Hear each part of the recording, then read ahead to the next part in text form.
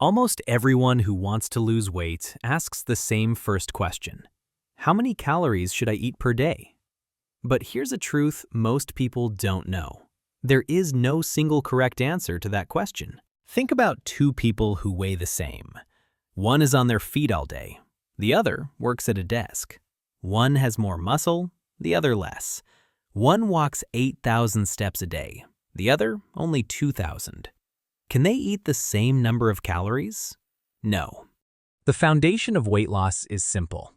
Eating slightly fewer calories than you burn during the day. But that word "slightly" is critical. When you restrict calories too aggressively, you may see a rapid drop on the scale in the first few days. But that loss is often not fat. It's mostly water and glycogen. Then what happens? Hunger increases, energy drops, irritability kicks in, and the plan becomes unsustainable. There's a smarter way to start. Reducing your daily maintenance calories, your TDEE, by about 10 to 20%. For example, if your TDEE is 2,300 calories, the range of 1,850 to 2,050 is a sustainable starting point for most people. One of the biggest mistakes people make is weighing themselves every single day and making decisions based on that. What actually works is this. Stick to the same plan for 2 to 3 weeks and look at weekly average weight, not daily changes. If your weight isn't going down, you can reduce calories by 100 to 150 or add a bit more movement. If it's dropping too fast and you feel bad, raising calories slightly is often the smarter choice. Now let's talk about calorie deficit. A calorie deficit is simply the difference between the energy you take in and the energy you burn. If you burn more than you consume, your body turns to its energy stores. But what really matters isn't just having a deficit, it's how large it is and how sustainable it is. For most people, a good starting range is a daily deficit of 300 to 600 calories.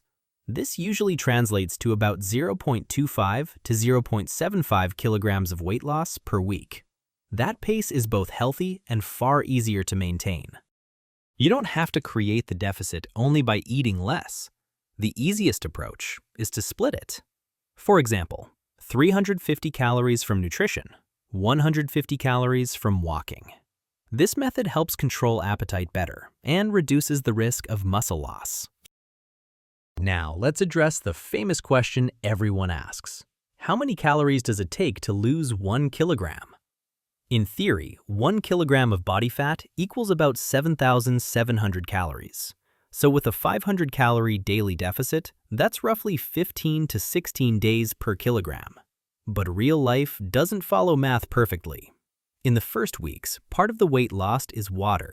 Salt intake, sleep, stress, and carbohydrate levels can all cause the scale to fluctuate.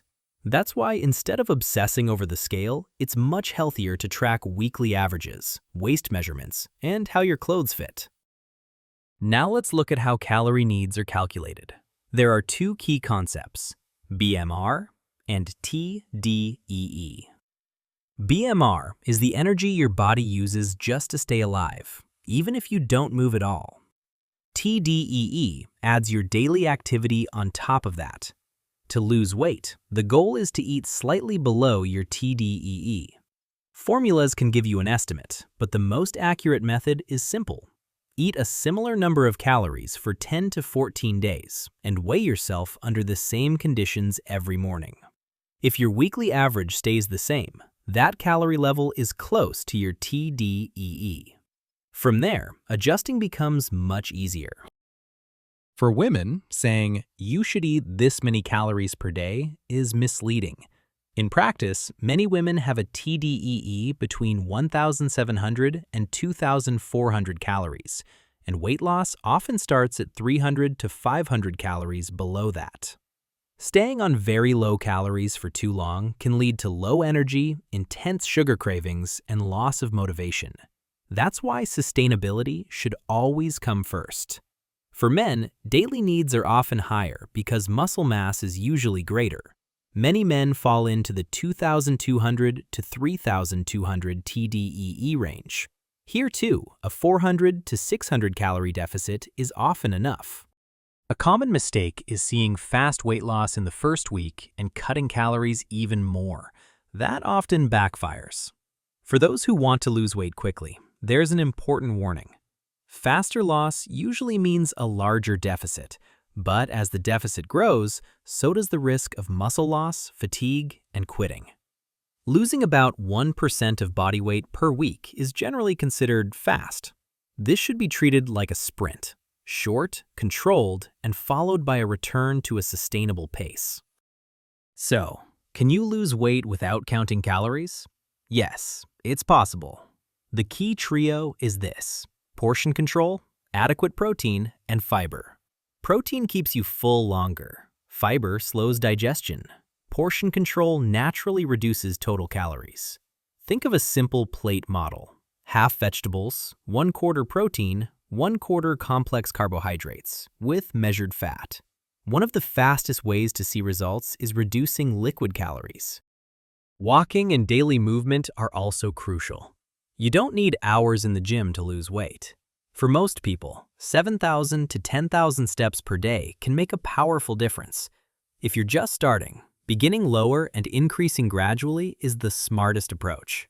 Walking doesn't just burn calories. It reduces stress, improves sleep, and makes appetite easier to control. So remember this: the best weight loss plan is not the fastest one. It's the one you can sustain the longest. Set your calories wisely, create a small but consistent deficit, add movement to your life, and listen to your body's signals. And if you truly want to understand why you're always hungry, why you feel unsatisfied even after eating, and why this has nothing to do with willpower and everything to do with biology, make sure to watch this video. Why am I always hungry? Science Explained.